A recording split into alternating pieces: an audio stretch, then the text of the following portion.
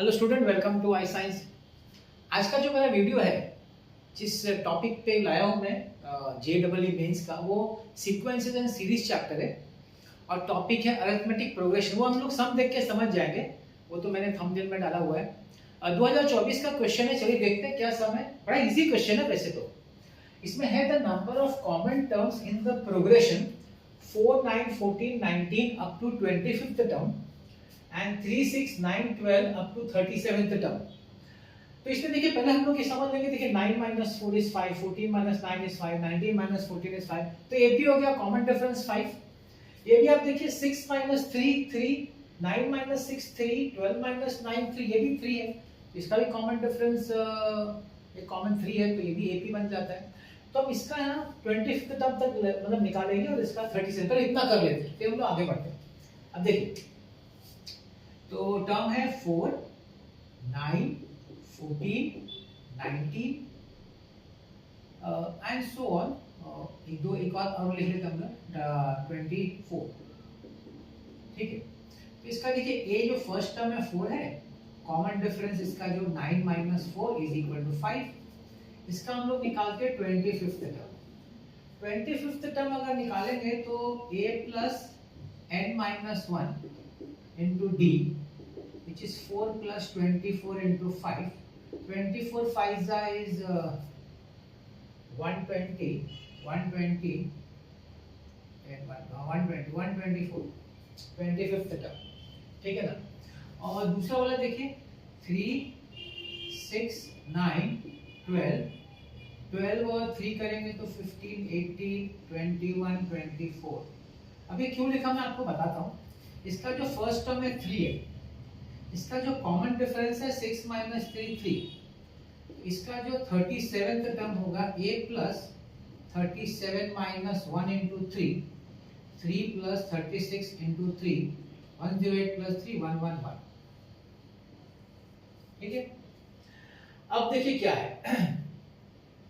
अब यहाँ पे चाहिए तो मैं वापस लिख देता सब टर्म बताने के लिए। 4, 9, 14, 19, 24 अप टू मैं लास्ट अपने को मिल चुका 124।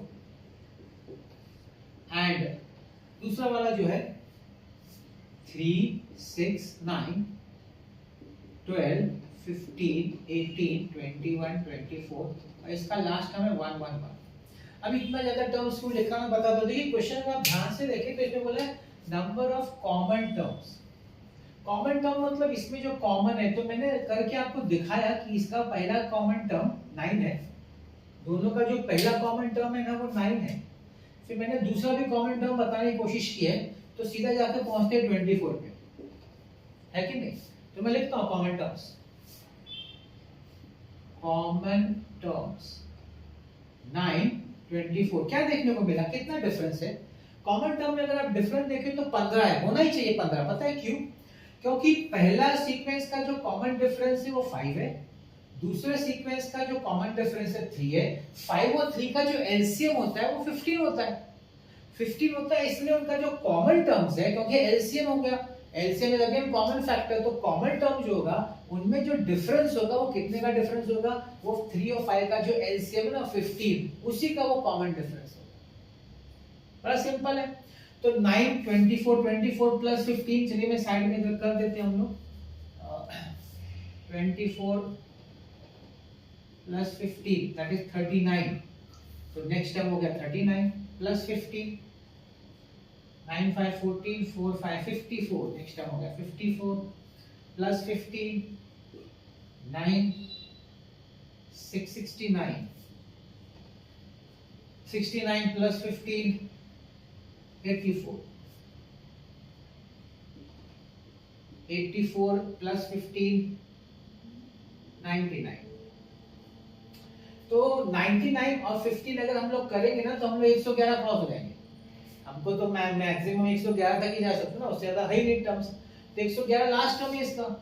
तो 99 प्लस अगर हम 15 करेंगे तो हम लोग 111 क्रॉस हो जाएंगे।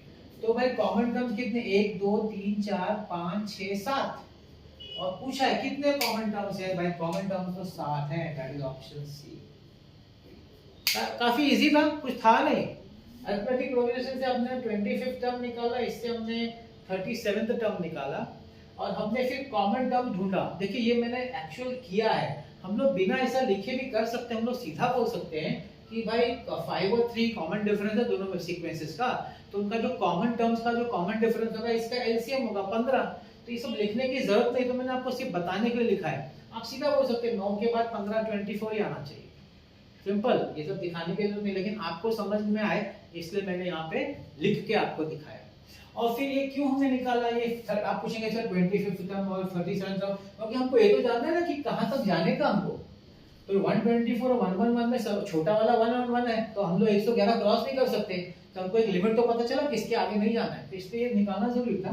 तो पता चला 111 के आगे नहीं जा सकते, तो लास्ट में 99 सब टर्म्स होगी ना, तो 7 हुआ, तो 7। एक और क्वेश्चन, क्या क्वेश्चन ये हो सकता है कि सर ये मैन्युअली आपने लिखा है, कोई फॉर्मूला, ये तो चलो कम टर्म्स था, अगर बहुत ज्यादा टर्म्स होगा तो क्या सब लिखने के बैठ के और चेक करने का था?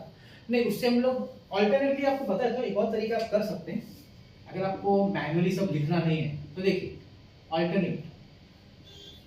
ऑल्टरनेट क्या होगा हमारा फर्स्ट टर्म क्या है, कॉमन टर्म्स ना, कॉमन टर्म्स का फर्स्ट टर्म क्या है 9, कॉमन डिफरेंस है 15, ठीक है।